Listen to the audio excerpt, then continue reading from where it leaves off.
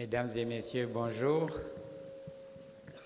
Je vais commencer par remercier au nom de la délégation du Conseil national du patronat du Mali. Je suis présent ici dans cette belle ville de Brazzaville avec le vice-président chargé des relations internationales, Valérie Belvert. Valérie.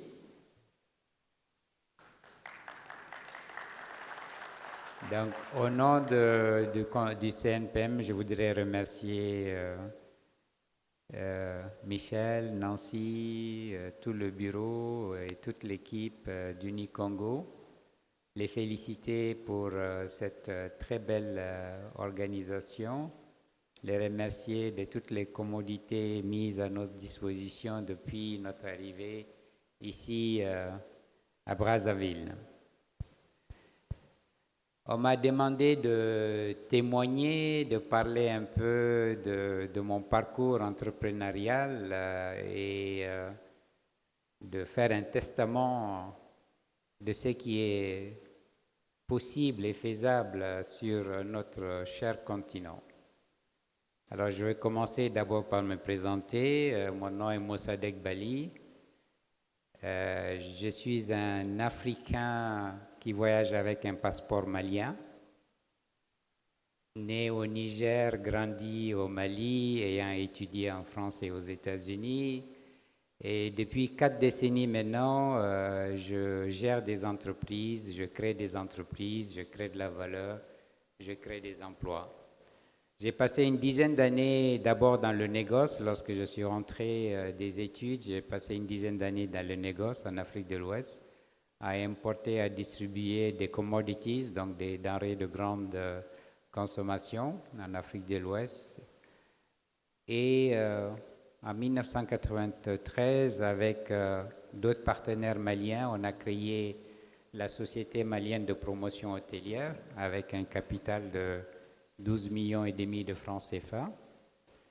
Et nous avons soumissionné à l'appel d'offres de privatisation du Grand Hôtel de Bamako, qui est un hôtel mythique construit entre 1952 et 1954 sous la colonisation française et donc qui a été nationalisé en 1960 lorsque le Mali a pris son indépendance. Nous avons rénové cet hôtel que nous avons mis sur le marché en février 1995 et ma foi, comme ça a bien marché, l'État nous a vendu un terrain où nous avons construit un deuxième hôtel au Mali et voilà comment a débuté l'aventure Azalaï. Donc après avoir eu 3 hôtels au Mali et un hôtel au Burkina Faso, en 2005, nous avons décidé de créer cette chaîne hôtelière panafricaine et nous avons choisi le nom Azalaï. Azalaï est en langue tamashek, qui est la langue des Touaregs, c'est les nomades du nord du Mali. Moi-même, je suis originaire de cette région.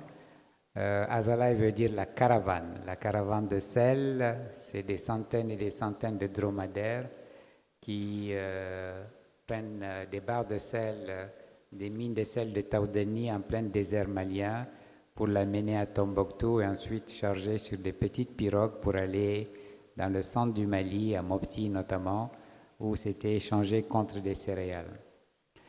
Aujourd'hui, le groupe Azalaï, c'est une douzaine d'hôtels dans 7 pays, le Mali, le Burkina Faso, la Guinée-Bissau, le Bénin, la Mauritanie, la Côte d'Ivoire, le Sénégal.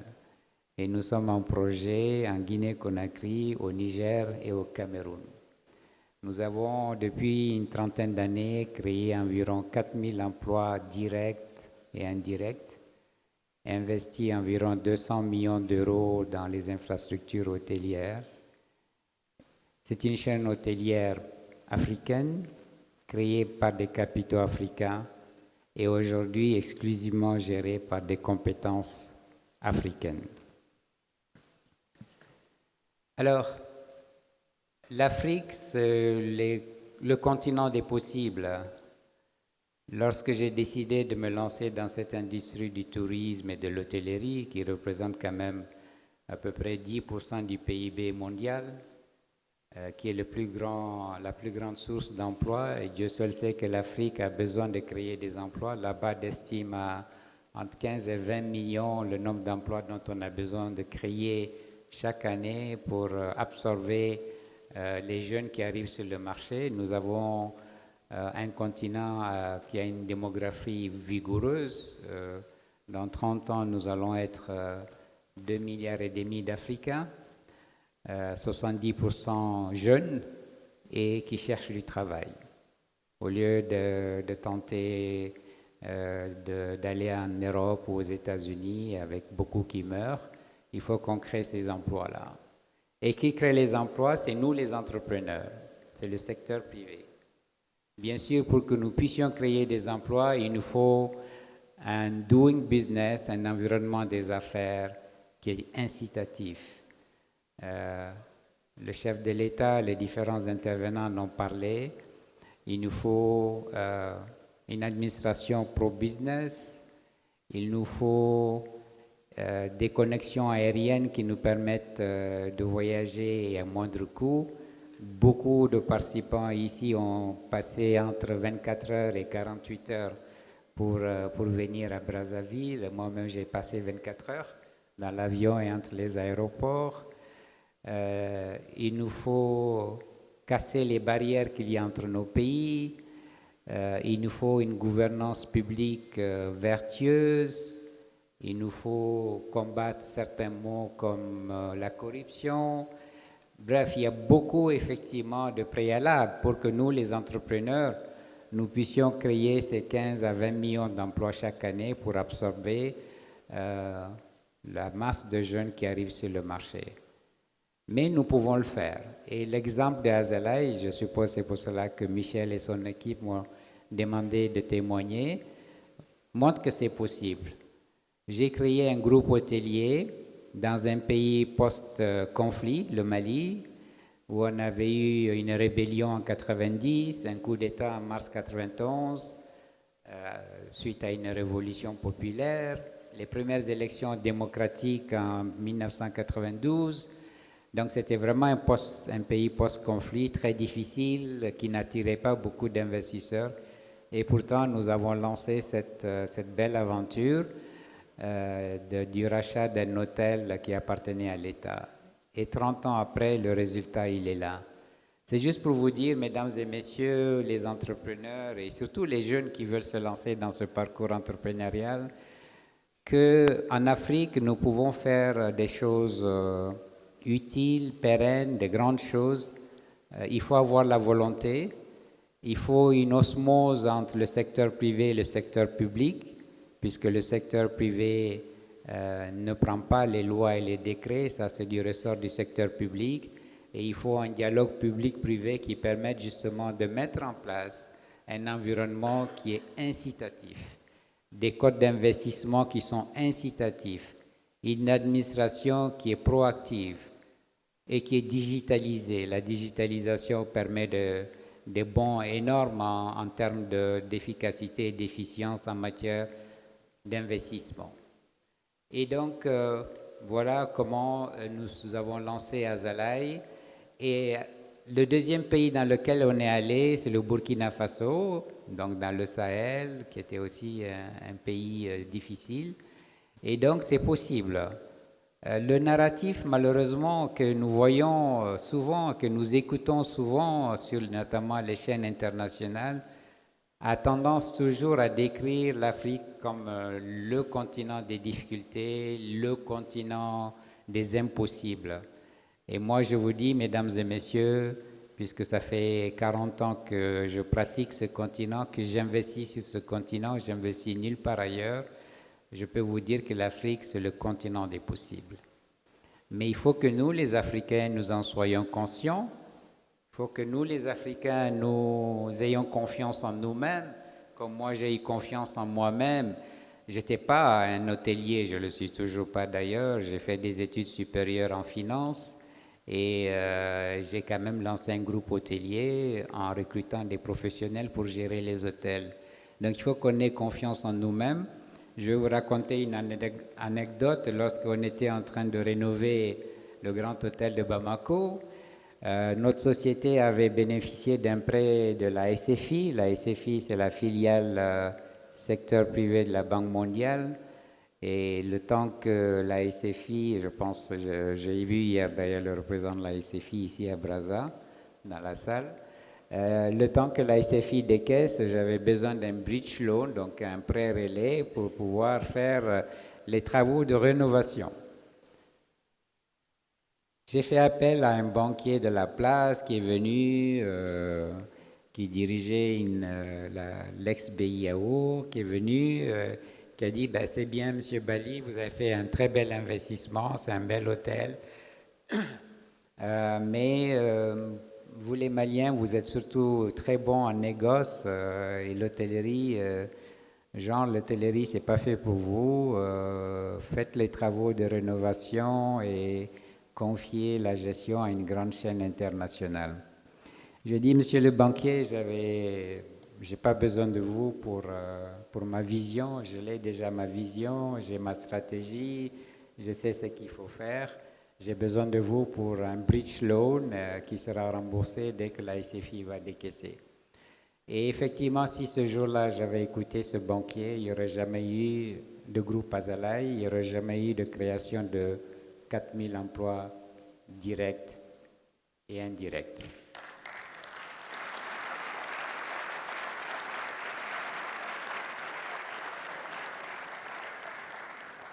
Donc nous, les entrepreneurs, nous avons un rôle historique à jouer pour développer notre continent en collaboration avec les pouvoirs publics qui doivent nous écouter davantage, qui doivent rendre notre tâche beaucoup plus facile.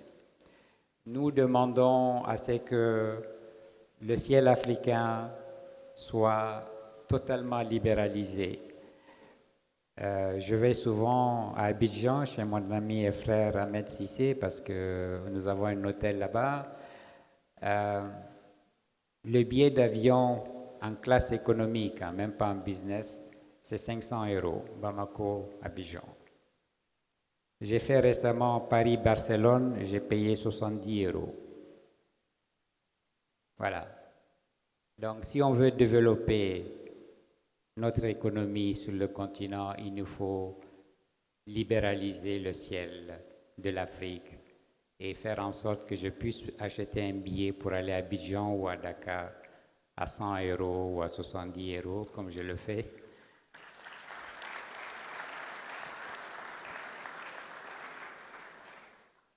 J'ai un passeport malien. Je peux me déplacer plus facilement dans les 27 pays Schengen que sur mon continent, l'Afrique. Ce n'est pas acceptable. Ce n'est pas acceptable. Même pour venir ici, il m'a fallu un visa.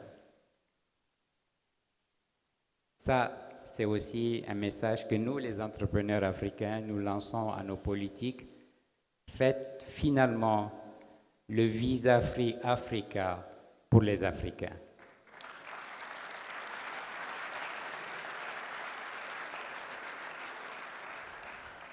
Alors on nous dit, nous les entrepreneurs, investissez, créez de la valeur, créez des emplois. Sauf que pour financer nos investissements, c'est la croix et la bannière. L'Afrique est le continent le plus sous-financé de tous les continents. Le rapport de financement au PIB de l'Afrique, c'est 24%. Ce rapport, c'est plus de 100% dans des pays comme les États-Unis, en Europe. En Chine, ce rapport est de 130%. C'est-à-dire un entrepreneur qui a besoin de 100, le système bancaire va lui proposer 130. Tant que nous aurons ce genre de rapport en Afrique, il est illusoire de penser que nous allons pouvoir fast-track le développement de notre continent. Donc, nous, les entrepreneurs, nous demandons aux financiers de débloquer, d'ouvrir les robinets du financement, surtout pour les jeunes, les start-upers, les TPE, les PME, qui ont beaucoup de difficultés pour se faire financer. Nous, les entrepreneurs, nous demandons aussi que la formation de nos jeunes soit une formation aux sciences, aux techniques, à l'ingénierie, et qu'on arrête ces formations généralistes, malheureusement, qui ne font que fabriquer des chômeurs dans nos universités.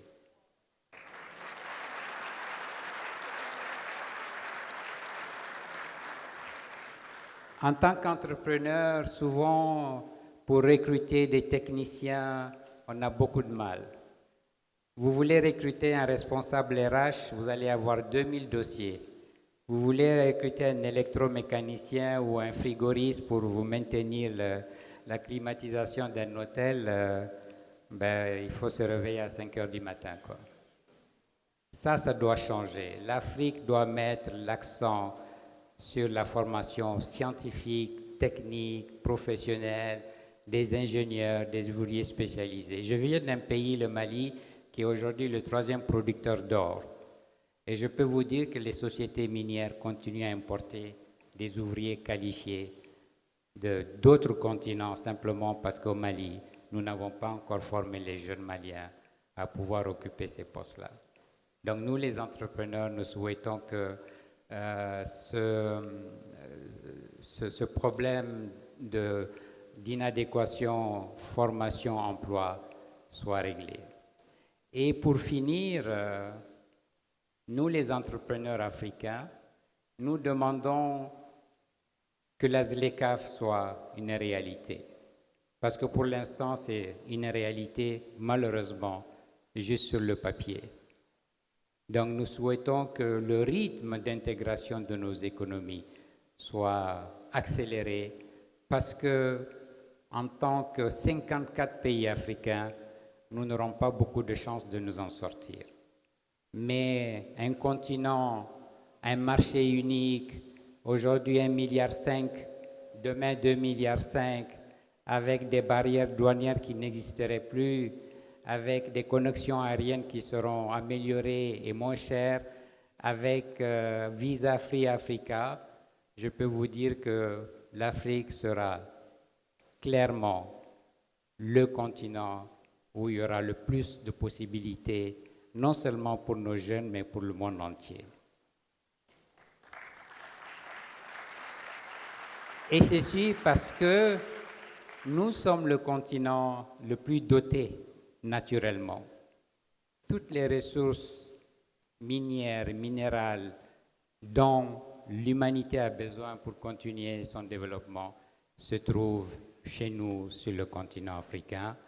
Et pour cela, il nous faut réunir toutes ces conditions que j'ai énumérées plus tôt pour réussir. Et bien sûr, dans cet espace de 54 pays qui, j'espère, deviendra un marché, nous avons aussi notre espace, notre sous-espace qui est l'espace francophone. Et je félicite tous les acteurs de l'espace francophone. Il est temps aussi, effectivement, que l'espace francophone, qui était jusque-là plutôt politique, devienne une réalité économique et que ces mêmes freins que j'ai énumérés, les problèmes de visa, le président Geoffroy en a parlé hier, les problèmes de financement soient aussi levés pour que dans cet espace africain finalement intégré, on puisse avoir aussi cet espace, ce sous-espace francophone dans lequel nous, les entrepreneurs francophones, nous puissions nous mouvoir, nous associer pour créer de la valeur. Mesdames et messieurs les entrepreneurs, cher ami Michel, le maître mot, c'est prenons-nous en main, transformons ce potentiel, parce que jusque-là, 6 décennies après nos indépendances, on parle encore de potentiel, mais on ne parle pas de réalisation de potentiel, alors que les autres continents tels que l'Asie, qui ont aussi été colonisés, ont réalisé leur potentiel. Prenons-nous en main, décloisonnons l'Afrique, décloisonnons le ciel africain, décloisonnons les visas africains, décloisonnons le financement africain, créons de la valeur, créons des emplois pour que finalement la prospérité soit une réalité sur notre cher continent. Merci de m'avoir écouté.